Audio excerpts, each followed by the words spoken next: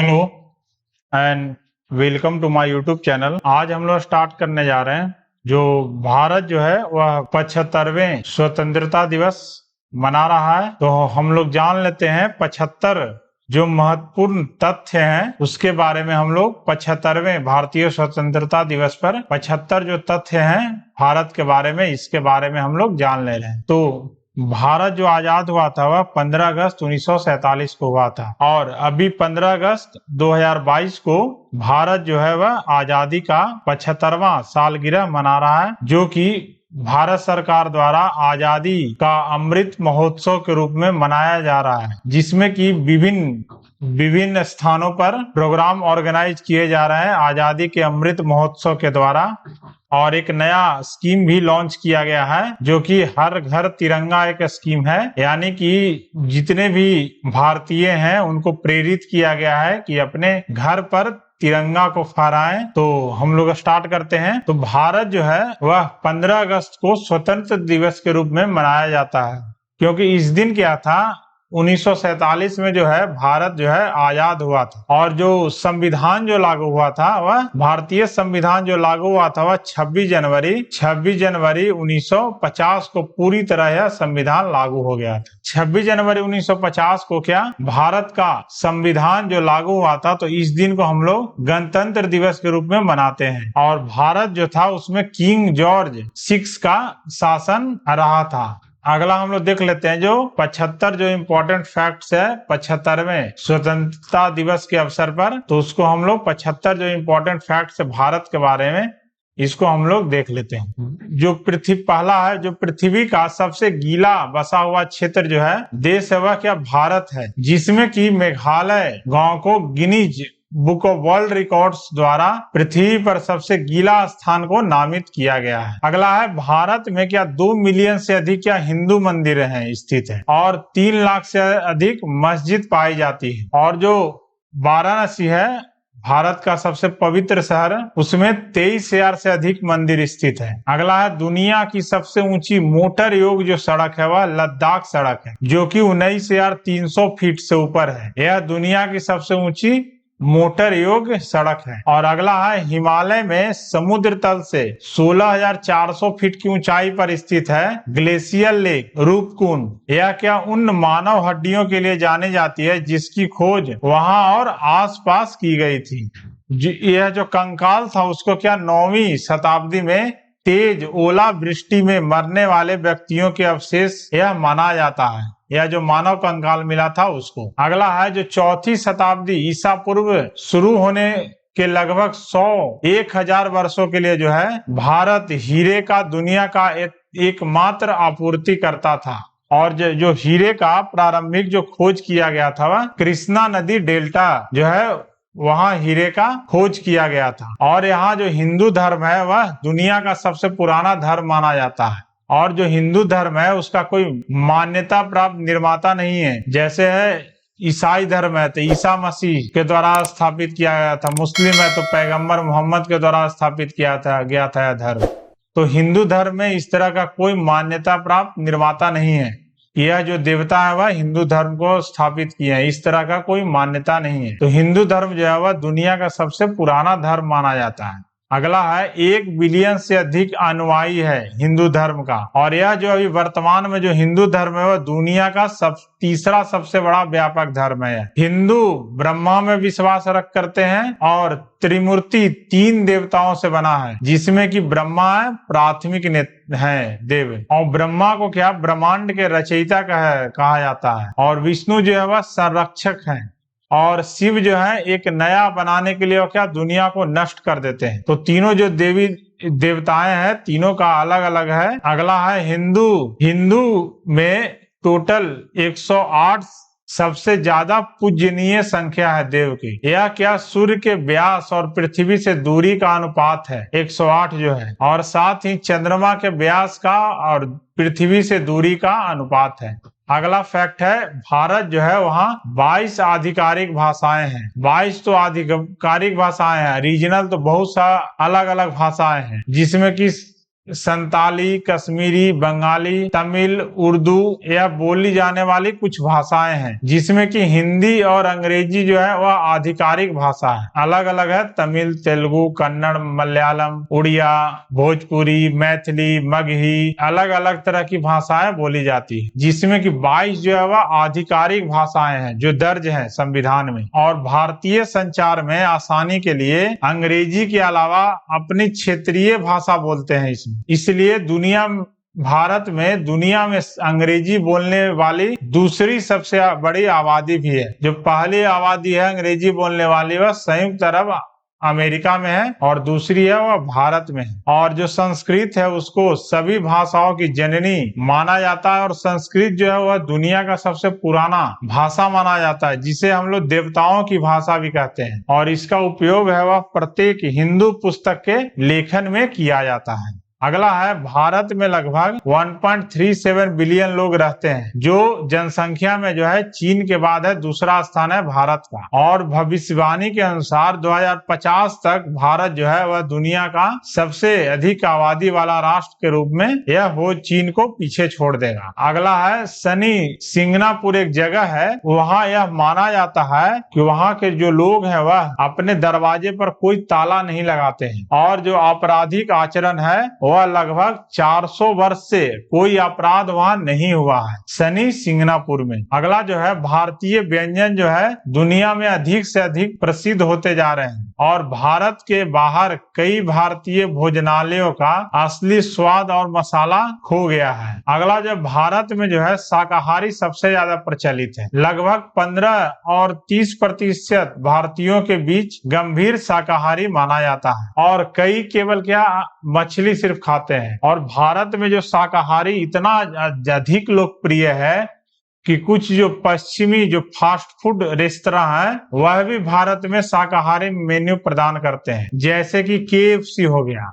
यह भारत में जो है वह शाकाहारी मेन्यू भी प्रदान करते हैं मांसाहारी के अलावा। अगला है भारत में लगभग 26 राष्ट्रीय अवकाश थे 2019 में, जैसे कि अलग अलग पर्व में अवकाश थे, जैसे क्रिसमस, दीपावली, होली, स्वतंत्रता दिवस इत्यादि। तो भारत में अलग अलग छुट्टियां और त्योहार हैं और भारत में इतना छुट्टियां इसलिए है कि भारत में हर धर्म के लोग रहते हैं। अगला जो है भारत दुनिया में सबसे बड़ा धूप घड़ी का घर है और सबसे ऊंचा जो धूप घड़ी है वह 90 फीट लंबा है, जो कि जयपुर में स्थित है और यूनेस्को की विश्व धरोहर स्थल का एक पदनाम संडाल को दिया गया है। अगला जो है द्वितीय विश्व युद्ध के दौरान यह जो बम वर्षक जो विमान है उनसे बचाने के लिए ताजमहल को उसके पूरे महल को बांस मचान से ढक दिया गया था। तो बम वर्षक जो विमान थे तो बम नहीं गिरा दे, इससे बचाने के लिए जो ताजमहल है उसको पूरे महल को बांस मचान से ढक दिया गया था। अगला जो है दुनिया का सबसे बड़े चावल उत्पादक राज्य है छत्तीसगढ़, जहां जो है भारत के जो किसान है वह अपने खेतों पर कोक और पेप्सी उत्पादों का छिड़काव शुरू कर दिया था, क्योंकि वो पारंपरिक कीटनाशकों की तुलना में कम महंगे थे और साथ ही प्रदर्शन करते हुए यह दिखाई दे, मतलब इसका जो कोक और पेप्सी का उत्पाद को छिड़काव किया था इसका असर दिखने लगा था। और जब यह जो तकनीक था इसको जब बारीकी से जांच किया गया तो यह माना जाता है कि यह जो सिरप है वह खेत में चींटियों को आकर्षित करते हैं, जो कीड़ों के अंडे और लार्वा का उपभोग करते हैं, जो अक्सर फसलों को नुकसान पहुंचाते हैं। तो इसके द्वारा क्या होता है, जो कीट जो है उसको वह चींटियां खा जाती है। तो इसके द्वारा जो कोक और पेप्सी का उत्पाद छिड़काव शुरू किया गया था तो इसका जो पॉजिटिव असर दिखने लगा था। और जो पृथ्वी पर सबसे अंतिम शेष क्षेत्रों में से उत्तरी सेंटिनल द्वीप जो है जो अंडमान में है, वहां जो है किसी भी यात्रियों को वहां जाने से जो भारत सरकार वह मना किया है, जिसके द्वारा वहां जो सेंटिनेलीज जो लोग हैं उनको डिस्टर्ब नहीं किया जा सके। और कुछ समय पहले ही जो एक अमेरिकी पत्रकार थे वह उस जगह पर चले गए थे जिनको उन्होंने हत्या कर दी थी, सेंटिनेलीज जो लोग थे वह उसको हत्या कर दी थी। तो यह जो द्वीप है उत्तरी सेंटिनल द्वीप, वह वहां जाने से भारतीय सरकार है वह मना करती है किसी को भी। अगला है सेंटिनेलीज 1991 में मानव वैज्ञानिक मधुमाला चट्टोपाध्याय के अनुकूल थे, लेकिन उसके बाद के वर्षों में उन्होंने इसे बहुत स्पष्ट बना दिया कि वे परेशान नहीं होना चाहते थे। अगला जो है कुंभ मेला जो है वह पृथ्वी पर सबसे बड़ा जमावड़ा है और एक महत्वपूर्ण त्योहार और तीर्थ स्थल है, जहां मतलब सबसे ज्यादा लोग जमा होते हैं और यह हर 4 साल में होता है और हर 12 साल में यह त्योहार मनाया जाता है, जो कि एक इलाहाबाद है और दूसरा नासिक है महाराष्ट्र में। तो वहाँ 2 जगह कुंभ मेला का आयोजन किया जाता है।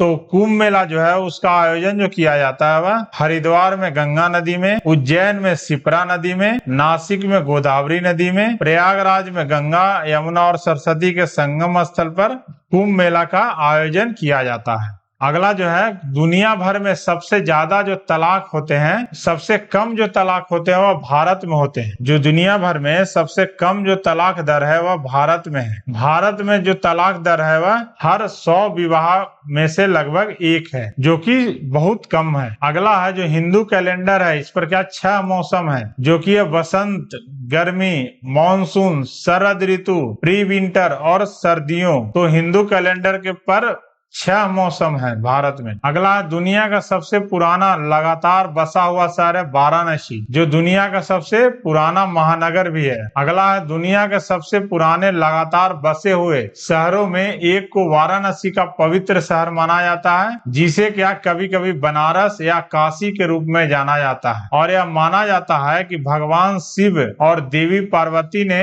पहले इस साइट को घर कहा था। अगला है मार्क ट्वेन के शब्दों में वाराणसी जो है इतिहास से प्राचीन, परंपरा से पुराना और पौराणिक कथाओं से भी पुराना शहर है और उन सब के रूप में 2 बार पुराना लगता है। और क्योंकि यह सोचा जाता है कि जो कोई भी यहाँ अपनी अंतिम सांस लेता है वह वास्तव में मोक्ष प्राप्त करता है। यह धारणा है वाराणसी के बारे में। अगला है योग और आयुर्वेद की उत्पत्ति भारत में हुई थी। वाराणसी को भारत का सबसे प्राचीन शहर, भारत का सबसे पवित्र शहर होने और आयुर्वेद और योग की प्राचीन चिकित्सा प्रणालियों का जन्म स्थान होने के लिए अच्छी तरह से पहचाना जाता है। तो वाराणसी जो है भारत का सबसे पवित्र शहर है और आयुर्वेद और योग की प्राचीन चिकित्सा प्रणालियों का जन्म स्थान है। अगला जो है भारत में 28 राज्य हैं और 8 केंद्र शासित प्रदेश हैं। इसमें विभाजित किया गया है और असम चाय, कश्मीर रेशम,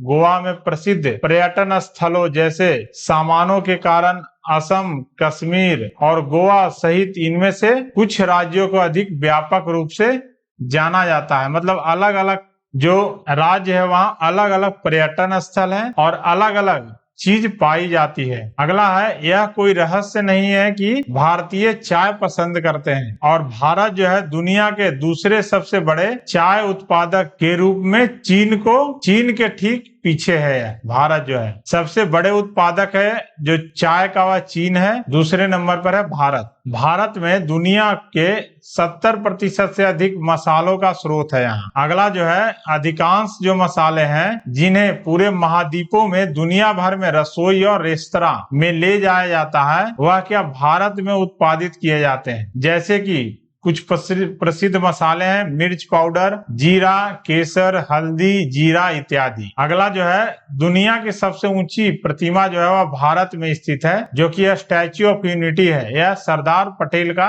प्रतिमा है यहाँ लगा हुआ, जिसकी ऊंचाई जो है वह 182 मीटर है।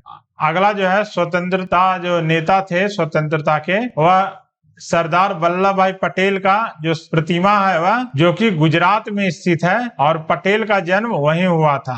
अगला जो है स्टैच्यू ऑफ लिबर्टी की जो तुलना, स्टैच्यू ऑफ लिबर्टी जो है वह अमेरिका में स्थित है और जो स्टैच्यू ऑफ लिबर्टी की जो तुलना में है स्टैच्यू ऑफ यूनिटी वह लगभग 2 गुना लंबा है। स्टैच्यू ऑफ लिबर्टी है 93 मीटर और स्टैच्यू ऑफ यूनिटी है 182 मीटर। अगला है भारत की सबसे खूबसूरत स्थापत्य संरचनाओं में से एक है अमृतसर मंदिर, यह दयालुता और करुणा का स्थान भी है। इस सिख मंदिर में सभी धर्मों का स्वागत है, जहां लगभग 50,000 से अधिक लोग को एक सीधा शाकाहारी रात्रि भोजन प्रदान करता है। अगला है, जब चीनी शुरू में निकाली गई, परिष्कृत की गई, खाना पकाने में उपयोग की गई, तो यह क्या भारत में उपयोग की गई थी। और जैसे ही लोगों ने इस पदार्थ का स्वाद चखा, तो यह चीनी विनिर्माण तेजी से दुनिया भर में विस्तारित हुआ। यानी चीनी जो सबसे पहले निकाली गई थी वह भारत में ही इसका निकाली गई थी चीनी। अगला है जो संस्कृत शब्द है चंपू, का अर्थ है मालिश करना, और यह वह जगह है जहां शैम्पू शब्द की उत्पत्ति होती है। अगला, सबसे पहले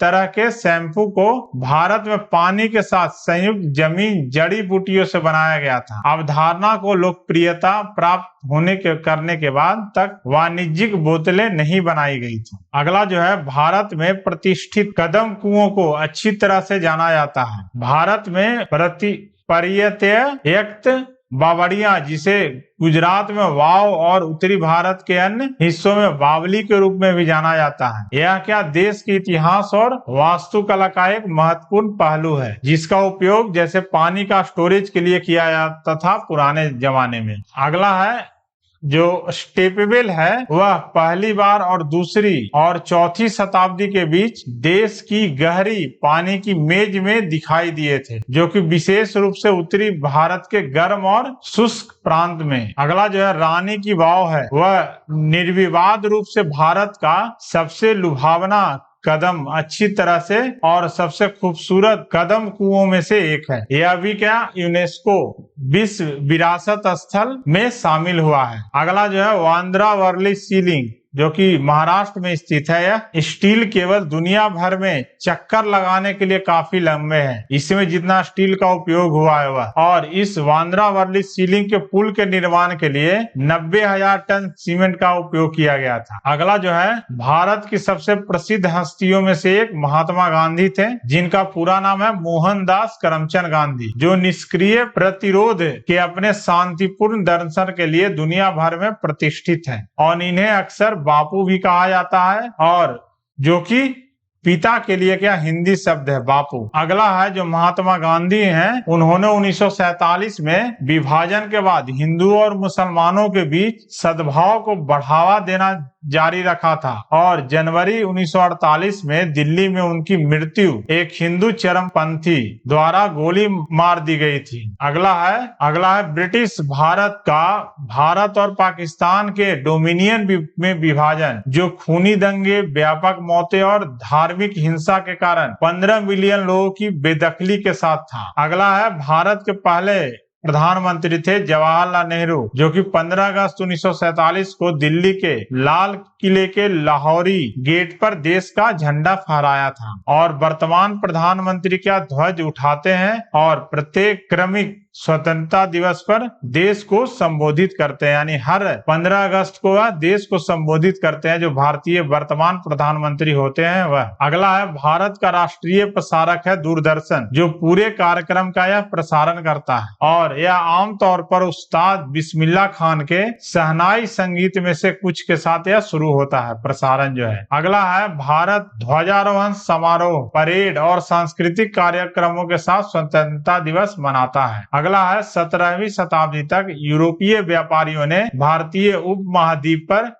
चौकी स्थापित की थी। अगला जो है, ईस्ट इंडिया कंपनी है, वह बेहतर सैन्य कौशल के साथ स्थानीय राज्यों से लड़ाई लड़ी, विजय प्राप्त की, जो 18वीं शताब्दी तक प्रमुख बल बन गया था। अगला है, 1858 के भारत सरकार अधिनियम ने 1857 के भारतीय विद्रोह के बाद ब्रिटिश क्राउन को भारत का पूर्ण नियंत्रण लेने की अनुमति दे दी थी। अगला है, आगामी दशकों में भारत में नागरिक समाज धीरे धीरे बढ़ने लगा। विशेष रूप से भारतीय राष्ट्रीय कांग्रेस पार्टी की जो स्थापना हुई थी वह 1885 में हुई थी, जो कि A.O. ह्यूम के द्वारा की गई थी। अगला जो है, प्रथम विश्व युद्ध के बाद वर्षों में अलोकप्रिय रॉलेट अधिनियम और भारतीय स्वशासन की मांगों के साथ साथ मॉन्टेग्यू चेम्सफोर्ड सुधारों जैसे औपनिवेशिक सुधारों के पारित होने को देखा गया था। और इस समय की अवधि के जो दौरान जो मोहनदास करमचंद गांधी थे, उन्होंने असहयोग आंदोलन भी शुरू किए थे और सविनय अवज्ञा आंदोलन भी अहिंसक रूप से शुरू किए थे। अगला है अंग्रेजों जो है वह धीरे धीरे 1930 के दशक में सुधार को कानून में पारित कर दिया और कांग्रेस ने आगामी चुनाव में जीत हासिल की थी। अगला जो है अगले 10 वर्षों में अखिल भारतीय मुस्लिम लीग के मुस्लिम राष्ट्रवाद के बढ़ने और द्वितीय विश्व युद्ध में भारतीय भागीदारी और असहयोग के लिए कांग्रेस के अंतिम अभियान के कारण बहुत बड़ी राजनीतिक अशांति देखी गई थी। अगला जो है 1947 में स्वतंत्रता की घोषणा ने बढ़ती राजनीतिक उथल पुथल पर विराम लगा दिया था और उपमहाद्वीप के भारत और पाकिस्तान में घातक विभाजन ने उत्सव को कम कर दिया था। यह जो उत्सव था उसको, क्योंकि इस समय भारत और पाकिस्तान का जो विभाजन हुआ था उस समय दंगा बहुत ज्यादा हुआ था, जिसके कारण बहुत सारे लोग जो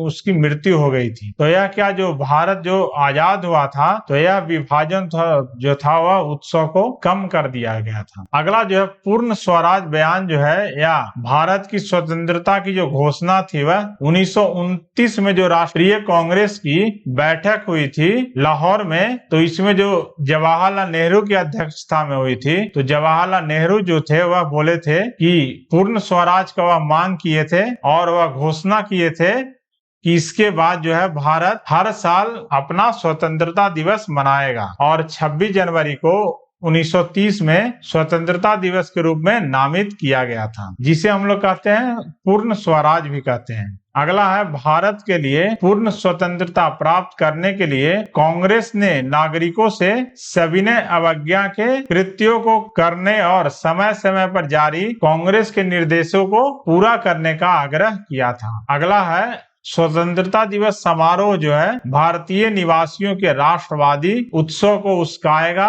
और ब्रिटिश प्रशासन को स्वतंत्रता देने पर विचार करने का मजबूर कर देगा। तो इसीलिए जो है यह स्वतंत्रता दिवस जो पहली बार जो मनाया गया था वह 26 जनवरी 1930 को मनाया गया था और घोषणा किया गया था 1929 में लाहौर सेशन ऑफ कांग्रेस में जवाहरलाल नेहरू की अध्यक्षता में। और 1930 से लेकर 1986 के जो बीच था, 1930 से लेकर 1946 के जो बीच था, वह कांग्रेस जो था वह 26 जनवरी को स्वतंत्रता के दिवस के रूप में यह मनाया था और बैठके जहां प्रतिभागियों ने स्वतंत्रता की प्रतिज्ञा की इस अवसर का जश्न मनाया और जवाहरलाल नेहरू के संस्मरणों के अनुसार इस तरह से सत्र शांत, गंभीर और बिना किसी टिप्पणी या प्रोत्साहन के थे। अगला है गांधी जो थे ने दिन के लिए कुछ उत्पादक गतिविधि करने के अलावा बैठकों को शामिल करने की योजना बनाई, चाहे वह कताई हो, अछूतों की सेवा करना हो, हिंदू और मुसलमानों को एक साथ लाना हो, निषेध पर काम करना हो या संभवतः सभी चीजें हो। अगला जो है 1947 में भारत की स्वतंत्रता की घोषणा के बाद भारतीय जो संविधान है वह 26 जनवरी 1950 को प्रभावी हुआ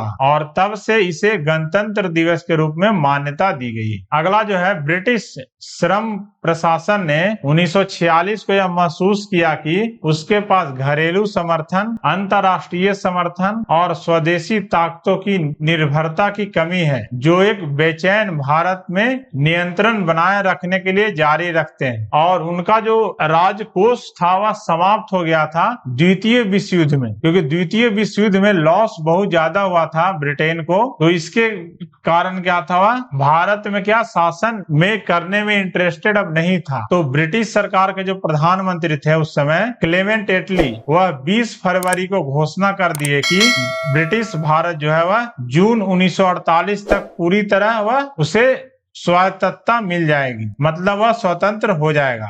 वह क्या उन्होंने 20 फरवरी को यह घोषणा की थी कि जून 1948 तक पूरी तरह से वह स्वतंत्रता मिल जाएगी। और इसके लिए क्या उन्होंने नए वायसराय को भेजा था जिनका नाम था लॉर्ड माउंटबेटन। उनको क्या सत्ता हस्तांतरण की तारीख को उन्होंने क्या आगे बढ़ाया था, जो पहले जून तक था उसको आगे बढ़ा दिया था। और क्योंकि उनको यह लग रहा था उस समय क्या था, कांग्रेस और जो मुस्लिम लीग था यह दोनों के बीच तनाव उत्पन्न हो गए थे। मुस्लिम लीग था जो है विभाजन चाहता था, तो इसके बीच दोनों में तनाव उत्पन्न हुए थे, कांग्रेस और मुस्लिम लीग के बीच में। और इस संघर्ष से अंतरिम प्रशासन क्या गिर सकता था अगर भारत को आजाद कर दिया गया, जो क्लीमेंट एटली घोषणा किए थे उस समय में, तो उस समय मतलब और स्थिति खराब हो सकती थी। तो जो नए वायसराय थे लॉर्ड माउंटबेटन, उन्होंने नियंत्रण स्थानांतरित करने का फैसला किया क्या 15 अगस्त को, जिसे क्या जापान के द्वितीय विश्व युद्ध के